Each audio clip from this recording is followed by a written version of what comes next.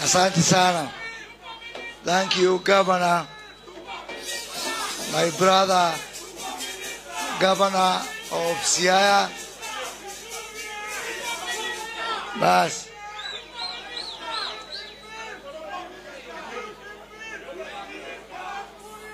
What a day. What a day.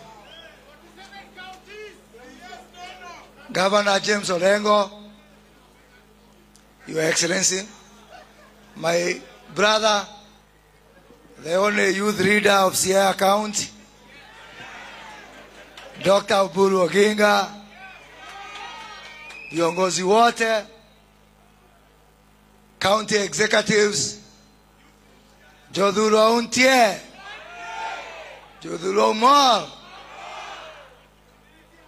Siaya Moso, Jarego Dinadi. Ningeendelea lakini ni I have some people who don't understand our language. So just allow me to continue in national language. And you know, I've been launching these industrial parks in Swahili. So today I'm happy it is the only day I can launch an industrial park completely in English. A testament that I'm in the great county of Siaya. You know, during the Second World War, there used to be fighting between, let us say, Germans and the British. And during tea time, someone will just shout, tea time. And when they shout tea time, it means everybody focus on having a cup of tea, and there's no more shooting and no more fighting. Today, I'm in Siaya to shout, tea time. That there comes a time when we put our differences aside and focus on what unites all of us. And this journey of development and this battle to put money in the pockets of our people is actually a moment of tea time when we pack our guns, get together as brothers and sisters, in the words of Governor Orengo, one people, one country, one nation. I am here today to culminate a very busy week and very fruitful week, which started in the plains of Laikipia, a county which brings together all communities of this country, from Kikuyus to Luos to Maasais to Turkanas to Pokots. On Monday, on Tuesday, we were in Nyatike, in Migori County, launching a similar industrial park. And yesterday, I was in Kisii, launching another park there in the land of bananas. And today, I came to the land of Jaramogi, and the land of Obama, and the land of Baba.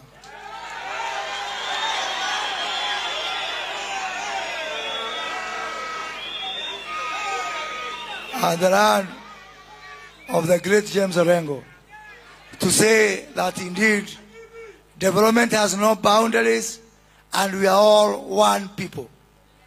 What would make me more proud that coming back here in Alego in 2 years' time and finding, as per my estimate, around 20,000 people working here, working on a very thriving fish industry.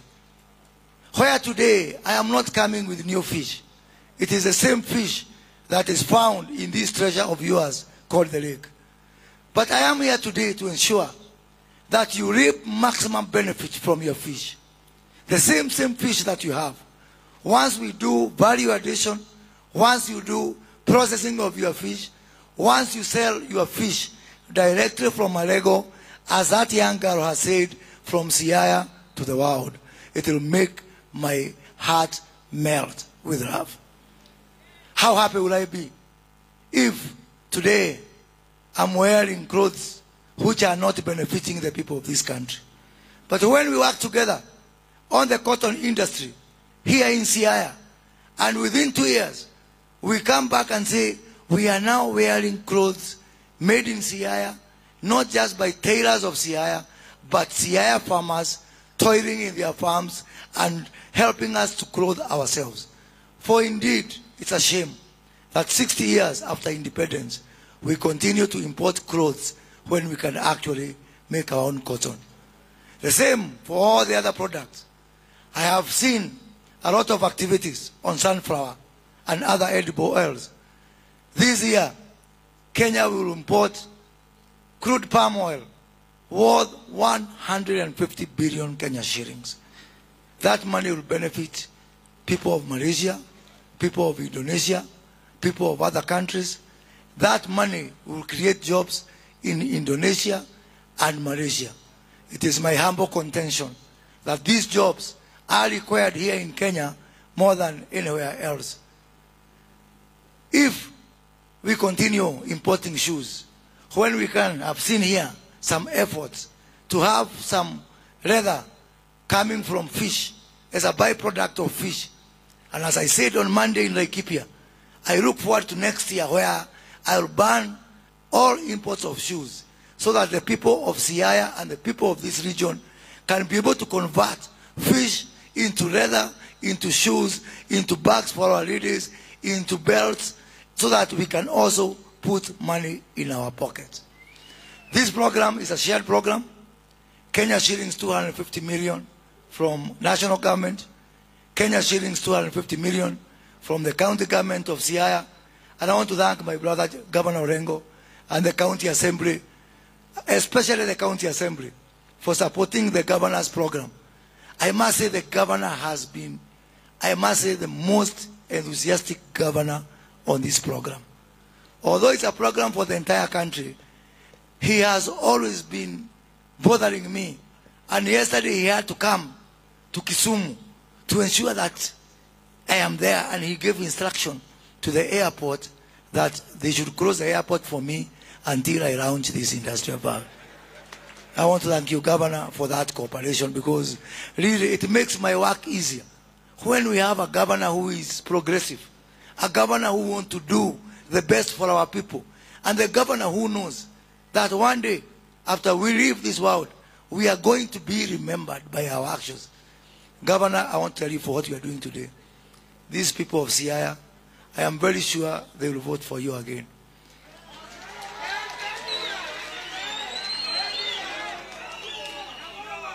But that is not important. What is important is whether they vote for you or not. Me and you, we have got very high chances of seeing the kingdom of heaven because of what we are doing today. And I'm very, very, very, very, very proud of that. So guys, let us work together to uplift the lives of our people. Hakuna uchaguzi mwaka huu na hakuna mwaka ujao. So can't we keep ourselves busy by focusing on development? Then when the next election comes, we decide now, tea time is over, we go back to those other things. And if possible, even those ones, we leave them behind and we forge together as one united nation. Sitting here, standing here as a minister in charge of investment, trade and industry, I feel a sense of foreboding. When I remember the journey that myself, Brother James Orengo, Senator Oburu Oginga have come from. On 20th of January 1994, we were here, a whole 29 years ago, to bury Jaramogi Oginga Odinga, the man who instructed Otieno Kajwang to represent me in court and get an injunction that stopped me from being expelled from the University of Nairobi. And when I came here to bury him, I came to thinking we were coming for a burial, until now James Orengo quoted Mark Antony and told us that he was not coming to bury Oginga. 1 year later, when we had our first anniversary, the first Teraburu of Jaramogi. I was at Kangoka Jaramogi. And I remember I was sitting next to Oburu. And Oburu had a very long kabuti. That time, President Moi had said there's not going to be any live music in that Teraburu. And the leadership of this region was saying, no way. So we were there, and it was getting dark. Olusegun Obasanjo was there. That time not as a civilian president, but a former military ruler. And when the music started, I remember it was around 6:30 p.m. Okachi Bigi started playing Sarah. And as I say here, no sooner had Okachi Bigi started playing Sarah, tear gas was thrown. And I remember Oburu and I, we were helping each other buy the cactus at Kangoka Jaramogi to escape from a DC called Kirito Amai. And then we were whisked to safety. We went to a powder farm, and Baba prepared for us the best chicken I've ever tasted in this side of the world. That is 28 years ago. Today, I'm here as a minister. Orengo is here as a governor of Siaya. Oburu Oginga is here as a senator. And Makamu is an ordinary citizen.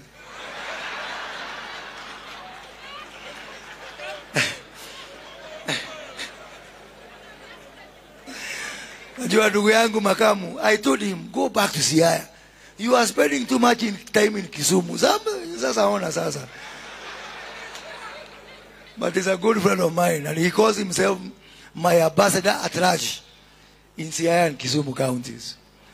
So, Governor, as we agreed, for us to gain meaningful use of this industrial park, we must also focus on production.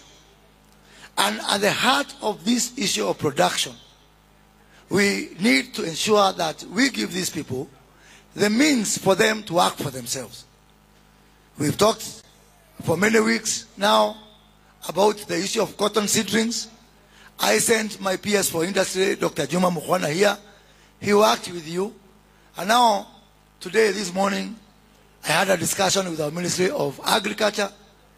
And we also had a discussion with you. And we agreed that in the spirit of real devolution, we have to ensure that we give counties the capability to produce their own seedlings. As you have promised me, as we build this industrial park here, as we seek to bring investors from all over the world to come here, we need also to ensure that you have your own capacity to produce your own seedlings. You have promised me that you'll avail, apart from this land, another 70 acres in Ugenya. Our Department of Agriculture, our Kenya Plant Health Inspection Service, KEFIS, our Kenya Agriculture and Livestock Research Organization, CALO, our Kenya Seed Company, they will come to you from next week to start working on a farm for multiplication of cotton seedlings, of sunflower seedlings, of avocado seedlings, so that next year you don't have to wait for me to come and bring them, because you can be able to do it here. And that's how we are going to support the revolution. And that's how we are going to develop this country. On top of that, once we finish this industrial park, one of the state corporations in my ministry, called Kenya Development Corporation, is the one which is going to be here to operate this center. But most importantly, they will come with money. They will come with money to give credits to these people, to give them credit so that they can be able to buy inputs, to give them credit so that they can be able to do their own value addition, and also to bring money to buy equipment. We are going to buy equipment on a model we call common user facilities. That means even a hustler from Rarieda who does not have any money to buy big equipment can come right here, use the common user machines that we put here. For example, they can come with their fish here, rent our machine, process fish, rent our packaging equipment, pack their fish, sell to the export markets right from here. You don't have to be big, and nobody is small to be able to use this industrial park.